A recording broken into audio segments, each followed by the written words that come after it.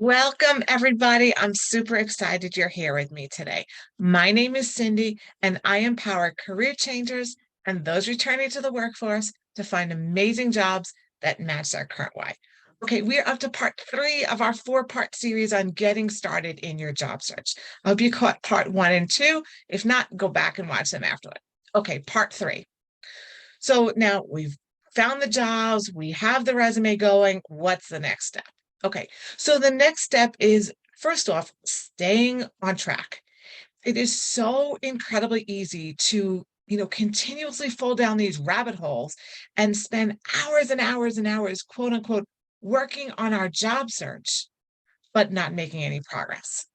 Okay, so I want you to have a tunnel vision about what you're doing, and I want you to make a schedule for yourself and put it in your Google Calendar, write it in your agenda.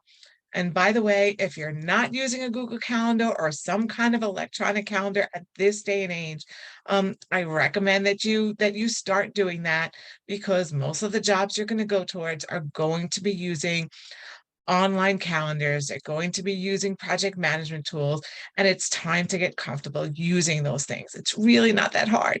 I got there and I was the last person to the party with technology.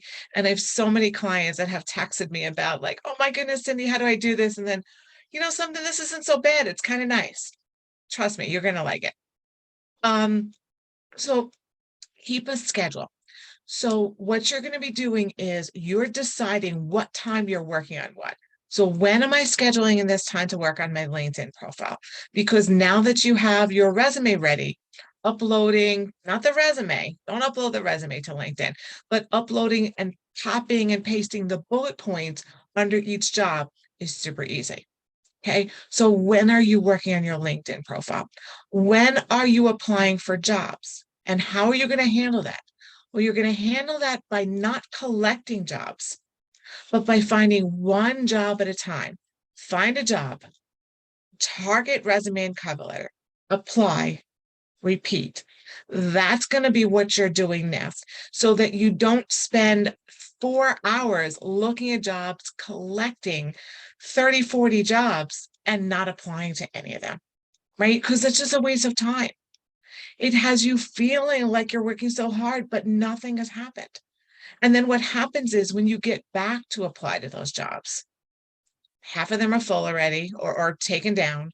Half of the remaining ones you've talked yourself out of because your imposter syndrome has prevented you from, moving forward for jobs that 2 days ago you thought were perfect, but now you're afraid to apply to.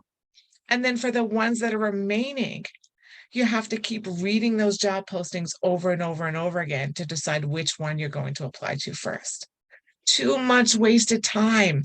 You don't have that kind of time. You're busy, right? We need to streamline this. So I want you to make a schedule. And trust me, you will be so much better off applying really well to 8 jobs a week than 50. Okay, spray and pray doesn't work.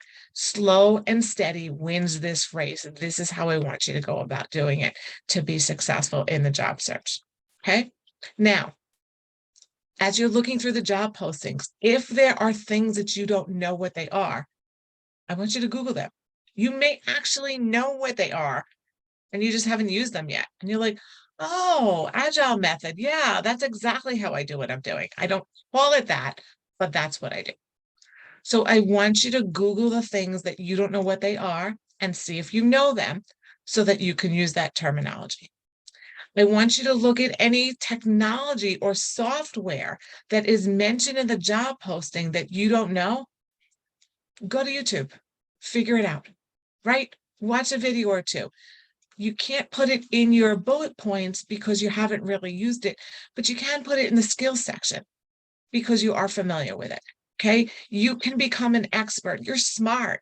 You can become an expert on anything you want and you can self-teach yourself. Okay.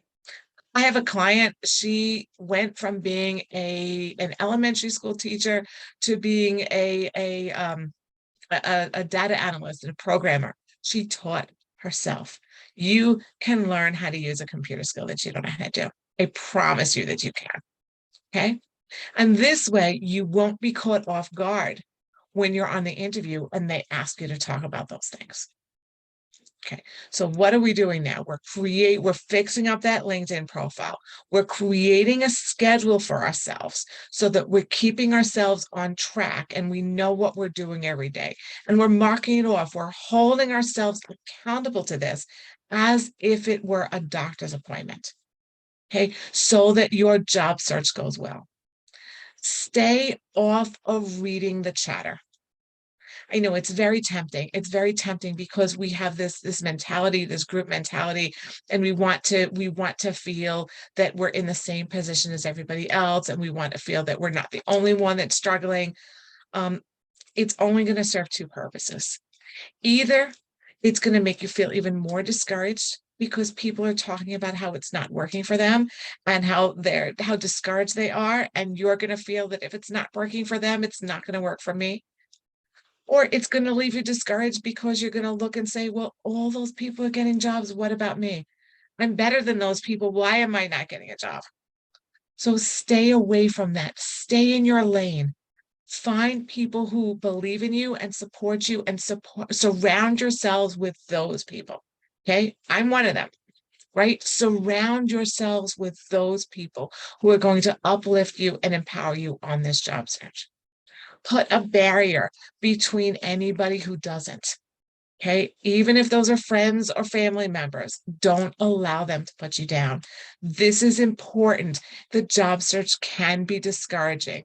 Okay, we know it is, right? But you can do this. I know that you can do this. So this is what you're going to do right now. You're making that schedule. You're holding yourself accountable to that. You're fixing up your LinkedIn profile. You're writing resumes. You're writing cover letters. You're targeting them to specific jobs. You're not collecting jobs. You're hunting down one at a time, applying and repeating. Okay. I hope you have a super productive week. If you want some more help, schedule a free 45-minute discovery call to talk about how I can help you to achieve your career goals. That's exactly what I do.